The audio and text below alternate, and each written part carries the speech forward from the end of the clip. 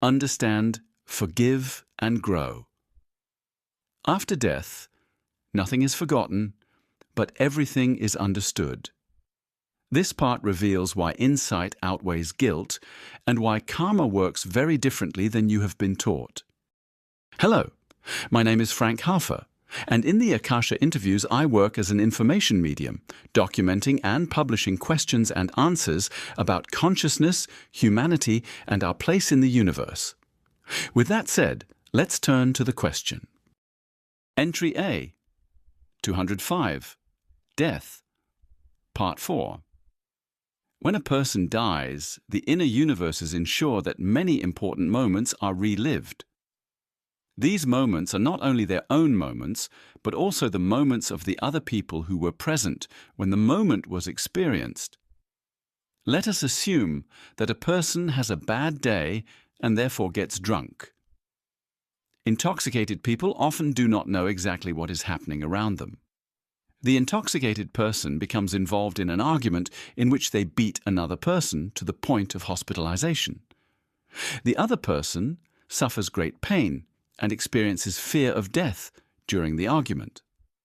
The intoxicated person sobers up and wonders what happened the day before. When this person dies one day, they will relive the moment of the argument, but this time sober. They will perceive themselves with full awareness, how they staggered, what strange things they said, and how the argument arose. The person will perceive how they became increasingly angry over trivial matters, how they did not want to understand at all what the other person was saying, and how unnecessary hatred arose within them. They will experience how they were just waiting for a single wrong word in order to finally strike. They will experience how hatred and anger multiplied and how fists flew. All of this will be experienced, not only visually but also emotionally. They will perceive the fear of the other person and will learn from it, if they did not already learn it during their lifetime. Experiencing actions from all perspectives. If this review does not produce the desired effect, the person will experience the moment from the perspective of the other person. They will experience the fear and the pain of the victim, and we say with complete seriousness that this affects every being. For experiencing how another being had to suffer under one's own actions leaves no being untouched. Many insights are made possible through this, so that the person understands what led to it and whose responsibility it was. What about the victim? The victim will also experience this moment in their own review. However, the victim will be shown only the coming together of the circumstances in which the victim is shown why the perpetrator ultimately became a perpetrator, because such an act always has a long prehistory. If the victim could not forgive the perpetrator during their lifetime, this moment of review is usually the moment of forgiveness. No one is bad by nature. Rather, many situations ultimately lead to such an act. Let it be said to you that no matter how cruel a moment was, passing through the incarnation tunnel negates all suffering, so that we say, the incarnations have full memory of such a cruel experience, but they are no longer emotionally bound to it. We also say that the perpetrator at the latest, at the time of the review, atones for the act, and many insights are generated in the process. But even a perpetrator is no longer emotionally bound to the act after passing through the incarnation tunnel. In the following 2 days, victim and perpetrator will still often think about the moment, and both will grow from it.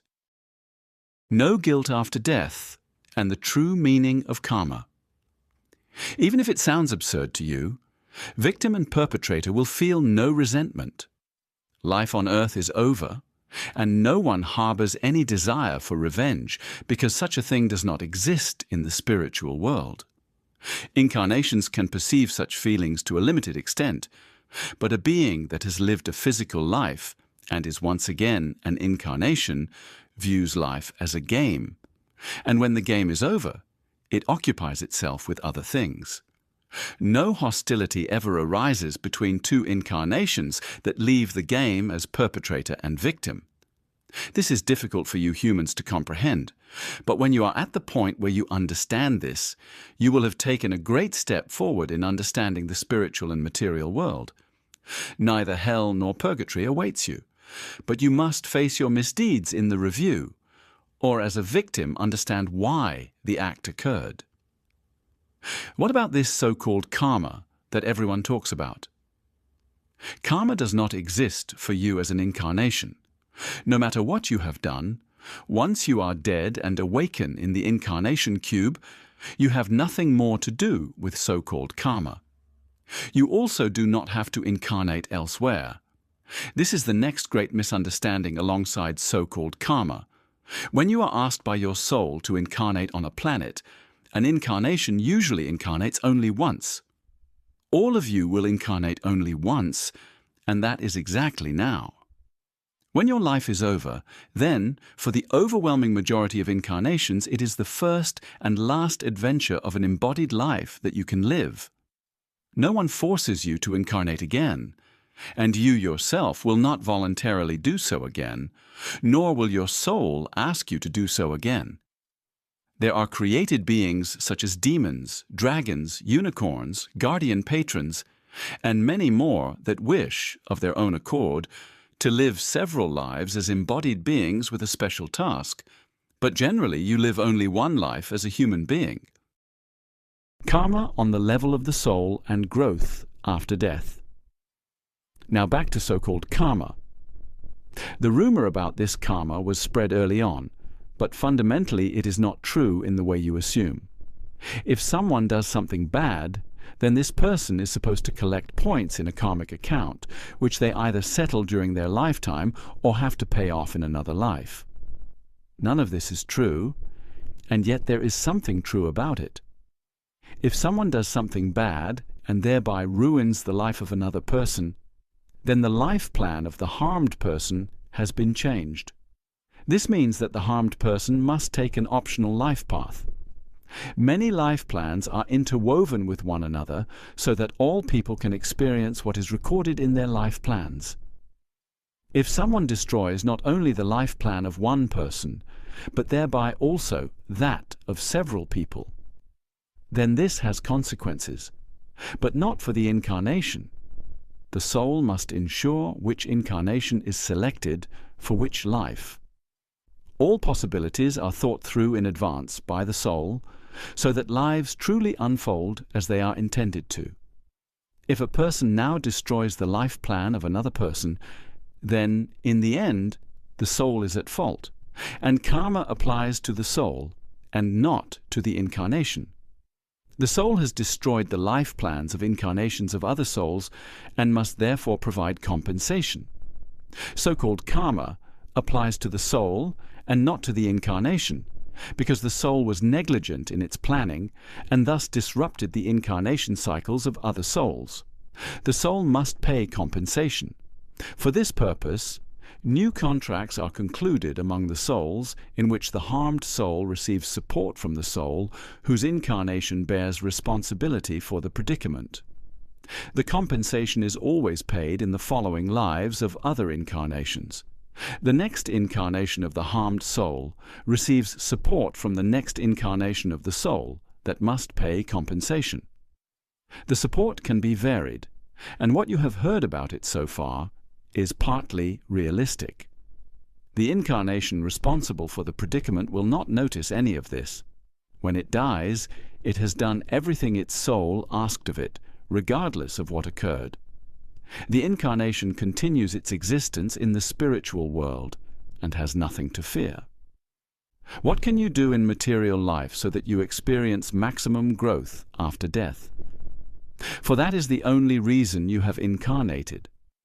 Whenever the scribe masters a virtue, he experiences growth, and the universe equips him with more power, even though he always says that he notices none of it.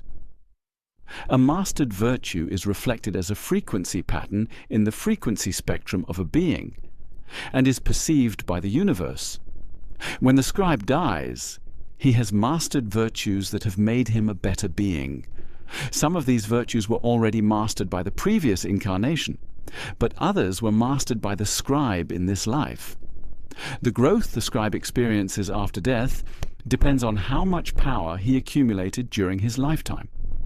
Whoever masters many virtues that are not easy to master will accumulate much power. Extraordinary moments in the inner universes also lead to great growth. The virtues and the inner universes determine the growth.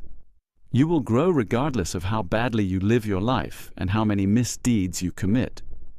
But those who do not develop will later be disappointed when they do not experience the growth they expected.